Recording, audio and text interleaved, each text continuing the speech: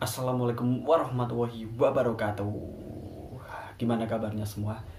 Nah, kembali lagi bersama saya di channel saya Muhammad Lutfan. Jangan lupa like, comment, share, dan subscribe channel saya. Nah, di sini saya juga tidak akan lupa, tidak akan pernah lelah untuk mengajak kalian semua tonton video saya sebelum-sebelumnya. Nah, gitu. Pada kesempatan kali ini saya akan mencoba berbagi tentang pentingnya berprasangka baik dalam hidup. Nah, kalau video yang lalu kan waktu yang lalu kan saya sudah membahas tentang larangan prasangka buruk ya. Ya, nah sekarang kebalikannya. Kita harus berprasangka baik dalam hidup kita, terutama kepada Allah dan tidak lupa juga kepada sesama manusia, oke? Nah, seseorang itu biasanya akan merasa senang jika dia telah diberi kenikmatan yang didapatkan secara fisik atau dinikmati secara fisik. Dengan kata lain ya, secara lahiriah ya, yang dapat dirasakan seperti punya istri cantik, punya suami ganteng, terus gaji naik, pangkat naik, jabatan tambah tinggi dan sebagainya. Atau kalau saya ya nilai kuliah bagus dan lulus kuliah. Dan sebaliknya, jika seseorang akan merasa sedih jika tidak mendapat kenikmatan secara lahiriah atau yang dapat dirasakan dengan fisik, merupakan sudut pandang yang berasal dari manusia ya, kebanyakan manusia itu menilai jika mereka diberi kenikmatan dalam bentuk lahiriah dan dapat diterima dirasakan dengan fisik, maka itu merupakan kebaikan baginya. Dia akan merasa bangga. Namun ketika dia tidak diberi kenikmatan yang berupa fisik, maka dia akan merasa itu merupakan keburukan, bahkan dia merasa terhina. Sebenarnya hal ini sudah dijelaskan oleh Allah dalam Al-Quran ya, kurang lebih seperti ini.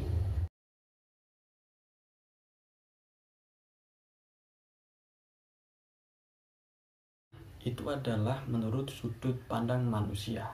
Nah, kalau dari sudut pandang Allah Subhanahu wa Ta'ala, bisa saja apa yang kita inginkan itu tidak langsung dikabulkan, bahkan tidak dikabulkan atau tidak diberi oleh Allah Subhanahu wa Ta'ala. Mengapa Allah tidak selalu memberi yang kita inginkan atau menunda sesuatu yang kita inginkan? Karena pada hakikatnya Allah telah menyiapkan hal atau sesuatu yang lebih baik bagi kita daripada apa yang kita inginkan. Jadi kita harus berprasangka baik bahwa Allah selalu memberi yang kita butuhkan, tapi tidak selalu memberi yang kita inginkan. Nah gitu. Kisah tentang masa sulit itu bisa kita temukan pada zaman nabi-nabi kita terdahulu. Contohnya Nabi Yusuf yang pada akhirnya menjadi raja, itu kan awalnya kan dibuang ke sumur oleh saudara-saudaranya, kemudian dia dijadikan budak, kemudian karena kesabaran dan tentu saja mendapat petunjuk dari Allah, dia bisa menjadi penasihat raja, kemudian dia menggantikan posisi raja tersebut. Nah, kisah lain juga terjadi Nabi Musa ya, dia terpaksa dibuang oleh orang tuanya agar tidak dibunuh oleh Raja Fir'aun. Nah, normalnya kan anak-anak kan butuh tinggal bersama orang tua. Namun dengan kejadian seperti itu, nah siapa tahu kan dia malah menggulingkan kekuasaan Raja Fir'aun yang terkenal kejam dan mengaku sebagai Tuhan. Seperti itu. Nah, dengan begitu kita dapat mengambil pelajarannya bahwa kita tidak boleh iri atau dengki dengan tetangga atau keluarga kita yang diberi kenikmatan dalam bentuk lahiriah atau yang dapat dirasakan dengan fisik, atau kalau bahasanya lebih kaya lah daripada kita tidak boleh iri.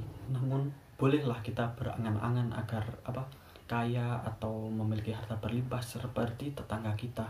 Tapi kita jangan lupa, kita harus ambil pelajaran dari kisah Qarun bahwa dia bergelimangan harta sangat banyak sekali.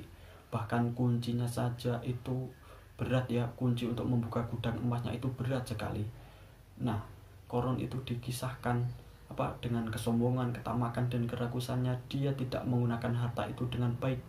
Nah, pada akhir hayatnya dia kan ditenggelamkan oleh Allah ke dalam tanah beserta harta-hartanya.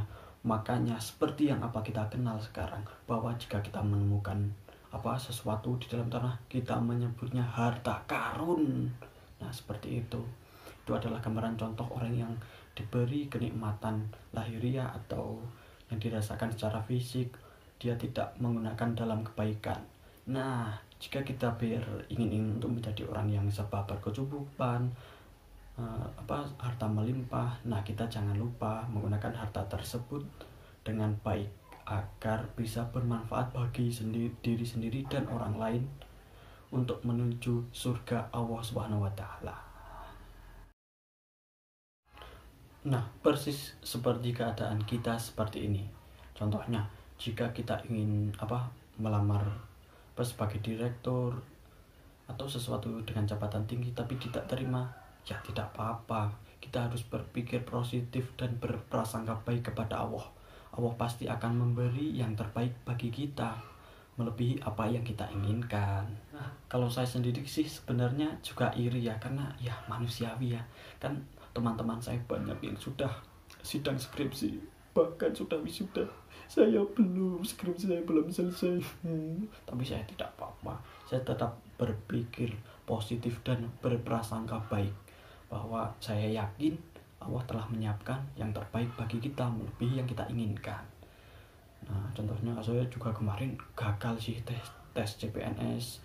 Nah, gagal CPNS, saya tetap terima, tidak apa-apa.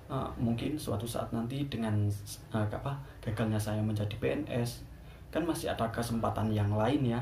Ya, saya mencoba berpikir positif aja ya. Mungkin dengan saya tidak diterima sebagai PNS, mungkin saya besok bisa menjadi bupati atau jadi menteri. Nah, kita tunggu saja, kan siapa yang tahu. Memahami keadaan yang tampak buruk dengan menyikapi bahwa ada kebaikan di baliknya, itu termasuk sikap husnudzon kepada Allah Subhanahu wa taala atau berprasangka baik kepada Allah Subhanahu wa taala. Dengan kata lain, seburuk apapun keadaan kita sekarang ini, yakinlah bahwa di balik keadaan kita yang sekarang ini, Allah telah menyiapkan sebuah kebaikan yang luar biasa, yang tidak ketahui, yang melebihi keinginan kita. Yakinlah itu. Tinggal kita bagaimana cara menyikapi keadaan kita tersebut. Jika kita meratapinya, boleh jadi kebaikan itu tidak akan pernah datang. Tapi jika kita sabar, ikhlas, bersyukur, dan tetap berusaha dengan keras, kebaikan, keberuntungan, bahkan keajaiban cepat atau lambat pasti akan datang.